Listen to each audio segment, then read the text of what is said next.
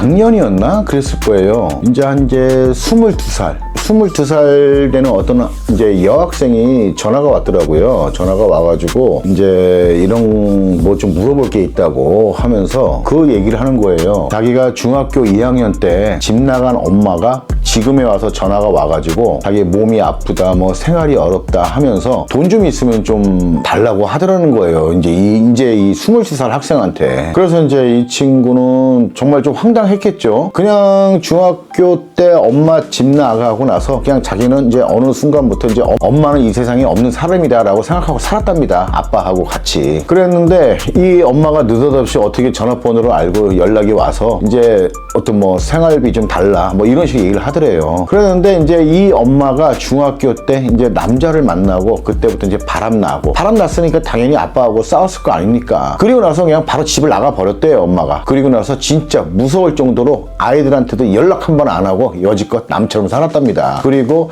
이 친구가 20살 되던 해 그때 한번 30분 잠깐 한번 봤대요. 잠깐. 그래가지고 일단 그게 이제 전부였는데 이 느닷없이 뭐 연락이 와가지고 뭐 나 몸이 아프다, 엄마가 이렇게 안 좋다, 엄마가 너 어떻게 키웠는지 아느냐, 몸서 뭐 괜히 자기가 집 나간 거를 아빠한테 다 뒤집어 씌우더라는 거예요. 근데 이제 이 아이도 이제 어느 정도 이제 여러 가지 내막을 이제 다 알 만큼 아니까. 그리고 또 아빠가 정말로 엄마가 집 나간 뒤로 진짜 엄마 기다리면서 자기들 열심히 키워주고 그러면서도 이제 결국은 이제 이혼을 하게 됐는데 이걸 다 알고 있는 아이한테 이제 거짓말을 하면서 이제 자기가 아빠 때문에 굉장히 힘들게 살아왔다라는 것처럼 이렇게 얘기를 하더랍니다. 이 아이가 내가 돈이 어딨냐라고 했더니 아니 네가 어디 알바라도 요즘 애들 알바라도 많이 한다는데 너 알바도 안 하냐? 그럼 엄마 위해서 좀 해줄 생각 없느냐 해서 엄마한테 매달 얼마씩만 좀 줘라. 엄마가 너 낳아주고 길러주지 않았느냐 이렇게 얘기를 하더랍니다. 뻔뻔한 거죠. 그때는 남자 좋다고 기껏 해가지고 아빠하고 싸우고 그리고 나서 그냥 그 다음날 바로 짐 싸들고 그냥 나가버리고 애들한테도 연락 일치 한 번 한 적도 없고 핸드폰 번호도 싹 다 바꿔버리고 그러더니 이제 와서 이제 자기가 이제 어디 뭐 굶주리고 몸 안 좋고 이제 나이 먹고 하니까 이제 애들한테 이제 손 벌리고 있는 거예요. 근데 이거를 만약에 그 아빠가 알았다면 다행히 근데 그 아이가 그래도 좀 생각이 좀 깊은 게 아빠한테는 말을 안 했대요. 아빠 알면은 굉장히 좀 화도 낼 것 같고 기분도 굉장히 상하실 것 같고 해서 혹시라도 또 이제 와서 엄마하고 또 싸울까봐 말은 안 했다고 하더라고요. 그러면서 자기가 그냥 거절을 하고 싶은데 어떻게 하면 엄마가 다신 자기한테 연락을 안 할 수 있게끔 할 수 있겠느냐 뭐 이런 걸 물어보더라고요. 그래서 이게 비록 뭐 어린 학생이긴 하지만 그래도 그 아이가 참 기특하기도 하고 말하는 여러 가지가 참 예의도 바르고 했었어요. 그래서 저는 생각했죠. 야, 아빠가 혼자 아이를 이렇게 키웠는데도 아이를 참 바르게 잘 키우셨구나 그런 생각이 들더라고요. 그래서 이제 그 아이하고 한 30-40분 정도 막 이렇게 저런저런 얘기를 한 적이 있었습니다. 그리고 또 이제 뭐 반대의 경우도 있어요. 반대의 경우도 여자 만나가지고 아이들이 어렸을 때 집을 나가버리고 그리고 나서 이제 늙고 병들고 이제 경제력도 떨어지니까 이제 어느 정도 장성한 이제 25 넘은 아니면 이제 30대 초반 이 자식들한테 찾아와가지고 그때 와서 이제 손 벌리는 거예요. 일단 건강 문제, 이 건강 문제를 많이 얘기하더라고요. 그래서 건강이 안 좋다, 그리고 생활비도 많이 부족하다 이러면서 좀 도와달라. 어쨌든 간에 내가 너희들 애비 아니냐, 너희들 이렇게까지 키워줬는데 라고 하면서 그때 와서 이제 부모 행세를 하려고 한다는 거예요. 그런데 이 자식들도 바보 아닙니다. 왜냐면 자식들도 엄연히 집에 남아있는 내 한쪽 부모가 자기들을 정말 고생스럽게 열심히 키웠는데 그래서 그 결과로 학교 다 마치고 공부 다 마치고 사회생활을 시작했더니 그때 와가지고 슬금슬금 슬쩍 자식들 덕을 보려고 하니까 이 자식들이 바보가 아닌 이상 그런 부모한테 선뜻 뭐 돈 주고 뭐 하지는 않아요. 괘씸하기만 한 거죠. 아무리 자식들이라도.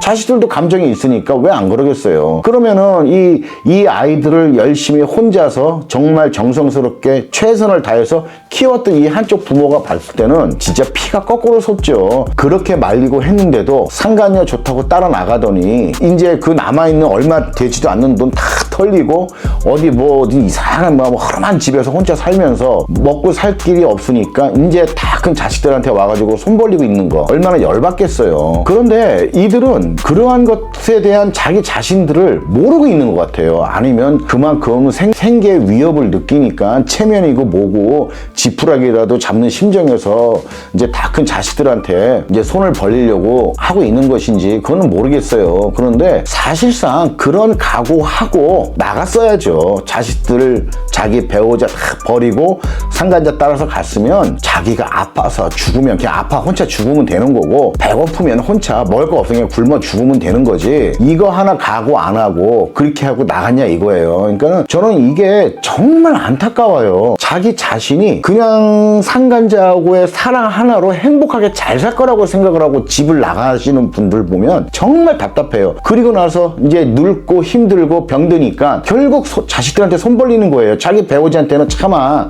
염치가 없어서 손을 못 벌리니까 이제 자식들한테, 괜히 어린 자식들을 힘들게 하는 거예요. 그리고 이제 사회생활만 첫발 내딛고 사회 초년생들, 이 아이들을 이제 돈 벌기 시작하니까 그때 와가지고 내가 부모다 이제 이래가면서 막 자식들한테 손 벌리고 앉아있고, 근데 이 또 착한 자식들은 이걸 또 거절도 못해요. 아닌 게 아니라 그럴 것 같아요. 만약에 이 자식이 그렇게 해가지고 집을 나가버렸던 부모의 성향을 받았다면 이 아이들도 어쨌든 거절합니다. 쉽게. 왜냐면 똑같은 성향을 갖고 있기 때문에 이런 아이들도 거의 완강하게 단번에 거절을 해요. 하지만 한쪽 남아있는 부모의 성향을 또 닮잖아요. 그러면 애들이 또 착해요. 거절을 못해요. 끙끙끙끙 앓고 있어요.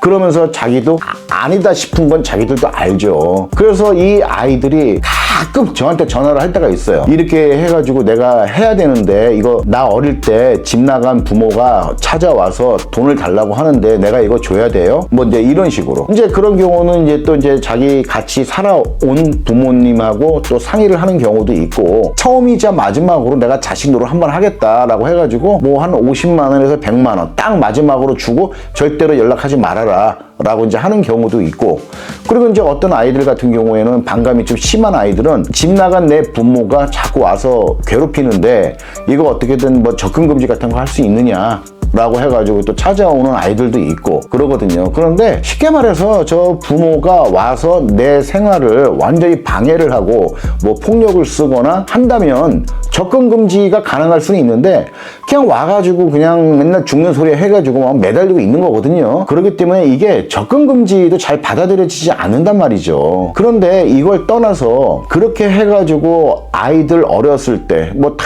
그냥 남편이고 자식 버리고 아니면 처자식 버리고 집을 나갔으면 지가 가서 알아서 살아야죠. 왜 다 늙어가지고 찾아와가지고 이제 와갖고 자식 내시고 자식들한테 손 벌리고 앉아있냐 이거야. 자식들 힘들게. 자식들 진짜 어렵게 자랄 때는 쳐다도 안 보고 지는 뭐 상간녀하고 시시낙낙 하든지, 아니면은 뭐 상간녀하고 이미 진작에 깨지고 뭐 다른 데 가서 뭐 껄떡껄떡거리고 지 인생을 위해서 지가 즐겁게 살던지 해놓고, 이제 뭐 다 늙어가지고 이제 병들고 배고프고 돈 없으니까 이제 와서 찾아와서 부모 행세 한다는 게 정말 그거 어떻게 보면 꼴값 떠는 거죠. 그래서 실제로 지금 현재 이러한 상황에서 집 나가기 직전에 이 분들 정말 정신 차리셔야 돼요. 제가 항상 말씀을 드리는데, 이제 그분들 같은 경우는 이제 제 말이 듣기 싫을 수 있어요. 하지만 이거 정말 넓게 생각을 해보세요. 저는 지금 이 집에 남아서 아이들을 잘 키우려고 노력을 하고 있는, 그나마 그렇게라도 가정을 유지하려고 하고 있는 이 애쓰는 배우자 편을 드는 게 아니라 이 불륜에 미쳐서 집 나가고 하시는 분들의 편을 들고 있는 거예요. 정신 좀 차리시라는 거예요. 그러니까 무조건 그분들을 지금 비난하려고 하는 게 아니에요. 이 결과가 눈에 보여요. 그냥 뻔히. 절대로 잘 살 수 없습니다. 생각을 해보세요. 나이트클럽에서 놀다가 만난 사람하고 진짜 어디서 진짜 땀 흘려가면서 일하면서 만난 사람하고 같습니까? 놀다가 만난 인간을 뭘 믿고, 그리고 그런 불순한 마음으로 만난 인간을 뭘 믿고 자기 인생을 걸어요. 그러면은 그 결과가 뻔하단 말이에요. 그러면 결국 제가 누구 편을 드는 거예요? 집에 앉아가지고 어떻게든 아이들하고 잘 살아보려고 노력하고 있는 분의 편을 드는 게 아니라 이 불륜 배우자의 편을 들어서 제가 자꾸 뭐라고 하는 거예요. 그러지 마시라고. 이게 그래서 듣기 싫어하시면 안 돼요. 그러니까 좀 잘 한번 생각을 해보세요. 제가 옆에서 아무리 얘기해도 제 말 들리지도 않는 거 저 알아요. 하지만 그 1000명 중에 한 명이라도 제 말 알아듣고 아 정말 나가면 이 사람처럼 그렇게 되겠구나라는 겁을 먹고 진짜 다시 원 상태로 돌아가서 가족을 위해서 열심히 살고 그런 사람 한 사람만이라도 있으면 전 제 할 일 다 하는 것 같아요. 비록 제가 이혼 전문 법률 사무소에서 일을 하는 사람이기는 하지만 그렇다고 해서 무조건 다 이혼했으면 하는 게 아니란 말이죠. 개 중에는 정말 하면 안 되는 사람들, 정말 앞이 뻔한 사람들, 이 사람이 앞으로 어떻게 되겠다라는 게 느껴지는 사람들은 정말 정신 차리고 집에서 잘 살았으면 좋겠어요. 저도 제 가정이 있잖아요. 그런데 남의 가정이라고 해가지고 그냥 다 깨트리고 너 이혼해, 너 바람폈지, 네 남편 바람피지, 네 와이프 바람피지, 이혼해, 이럴 수 없어요. 저도 제 소중한 가정이 있고 제 소중한 자식들이 있는데 남의 가정이라고 남의 자식이라고 우습게 생각하고 이혼해 할 수는 없는 거예요. 그래서 저도 항상 그런 생각을 많이 합니다. 남의 가정, 물론 그분들이 원해서 소송을 하시는 일에 제가 도와왔고 정말 같이 살면 안 되는 사람들의 일을 해왔지만 남의 가정을 깨트렸다는 것에 대한 어떤 그런 죄책감이 솔직히 저는 항상 있어요. 그래서 정말 정신 차리고 사셔야 될 분들의 가정은 어떻게든 살려보려고 제가 많은 얘기를 합니다. 그분들한테도.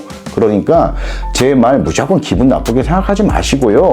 정말 당장 내가 이 상간자하고 같이 집을 나가고 내 처자식, 내 남편, 자식들까지 다 버리고 나가서 자신이 얼마나 잘 살 수 있을지 그거 한번 생각을 해보세요. 그리고 지금은 이 도파민에 중독이 돼가지고 마치 이 사람 없으면 안 될 것 같다라고 생각이 들지만요. 진짜 그거 거짓말같이 없어져요. 그런 감정은요. 그러니까 그런 어떠한 부적절한 인간관계에 현혹돼서 평생 의지하면서 살아가는 내 배우자, 내 자식들 외면하지 마세요. 나중에 정말 후회합니다.